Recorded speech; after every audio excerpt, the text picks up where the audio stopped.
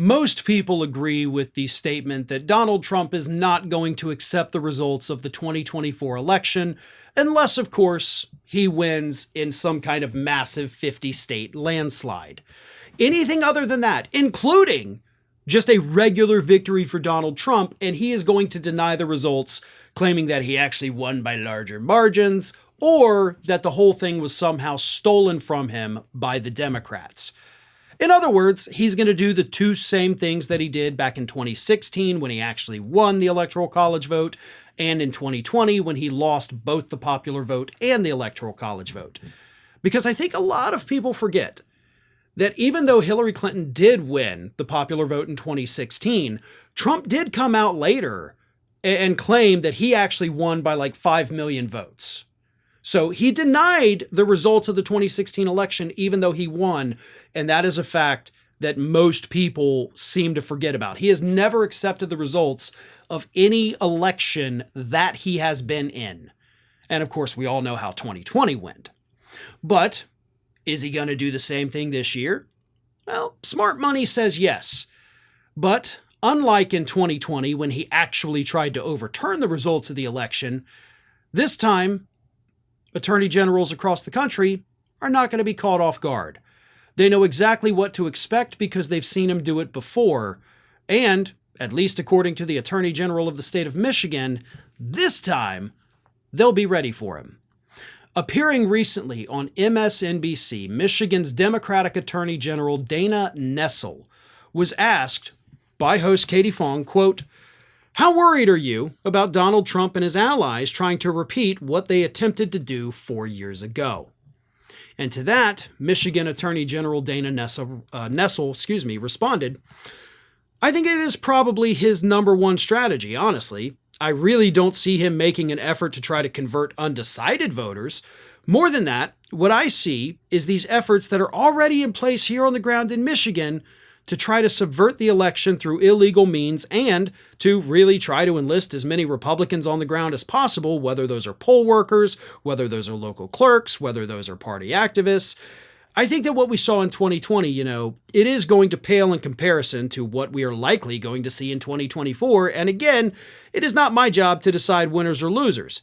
It is my job to defend the will of the people, whatever that might be. But I can tell you this. If the will of the people here in Michigan is that they support Kamala Harris as our next president of the United States, it is going to be tough.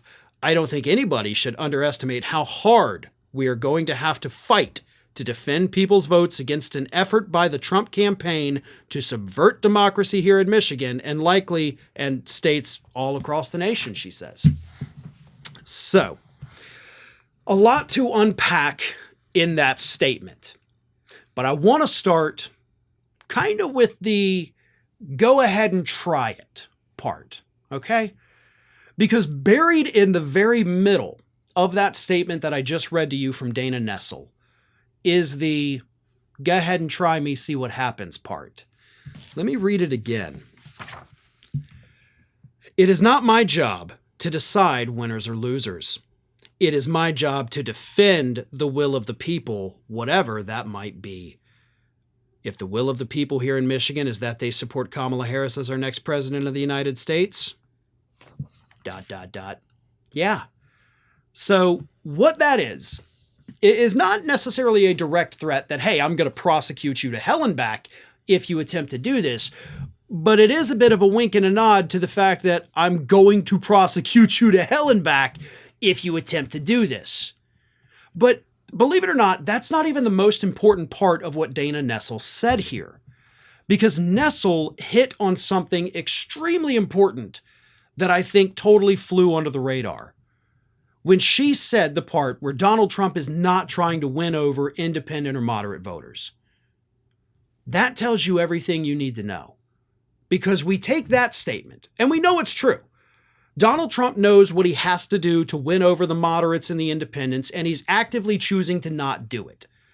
And in order to do it, he would have to, of course, abandon the personal attacks, actually learn how to talk about policy, stop being insane on social media, and he's not going to do those things. So he is actively choosing to not court new voters. But he doesn't want to, as Nessel points out. And we know that he doesn't want to because he's literally told his supporters in multiple rallies in just the last few weeks, we don't need any more votes. I mean, I sat right here and talked about it the most recent time that Trump said that comment, telling a crowd, and I believe this one was in North Carolina, we don't need any more votes. We need to make sure they don't cheat because we have the votes, he says. We are winning. We're doing exceptionally well. Nobody can beat us, right?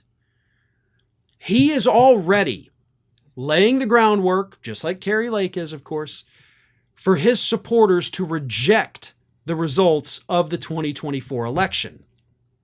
And like all of the other things that Donald Trump has done over the last year, he is not going to directly call for them, most likely, to do horrible things to try to subvert the election results. Think back to the indictments and the trials and everything like that against Donald Trump, okay? What happened with those is that Donald Trump would go out there and attack the prosecutors, do all these things, just say horrible things about these people, but never once did he encourage anybody to do anything to the judges or the prosecutors or anything. Nevertheless, his supporters knew what he wanted them to do by attacking these people. So they go out there, they level the death threats, they, try to show up and do horrible things, which we did see. So he knows he doesn't even have to give them the word. All he has to do is prep them. Give them the talking points that this is a witch hunt, or this is a stolen election from me. This is election interference. Drill it into their heads enough, which is what he's doing by telling them we already have the votes. And then when the bad things happen, his supporters, almost like sleeper cell, soldiers, wake up and they say, okay, time to go to action. I will go and do horrible things because reality isn't real. Reality is what Trump told me for 3 months was going to happen. He doesn't even have to give them the orders anymore. They know that when he gets mad, they have to go out and avenge him, even though there's nothing to avenge. And it's those things. Potential riots at the Capitol, like we saw on January 6th, potential riots at state capitals when they go through their electoral process before sending the votes to DC. Those can also be interrupted. And that's where the state AGs like Dana Nessel are going to come in. They're going to have to be prepared. They're going to have to make sure that they've been thinking of every possible scenario. We will see horrific things happen, I promise you. We know that. Trump is prepping his base for it. But hopefully Nessel is right, and she is prepared, and other AGs are prepared, because November is probably going to get pretty ugly, unfortunately. Hi, everyone. This here is little Athena. And Athena would like to know why you haven't subscribed to Fair and Balanced yet. So please, don't let Athena down. Subscribe today.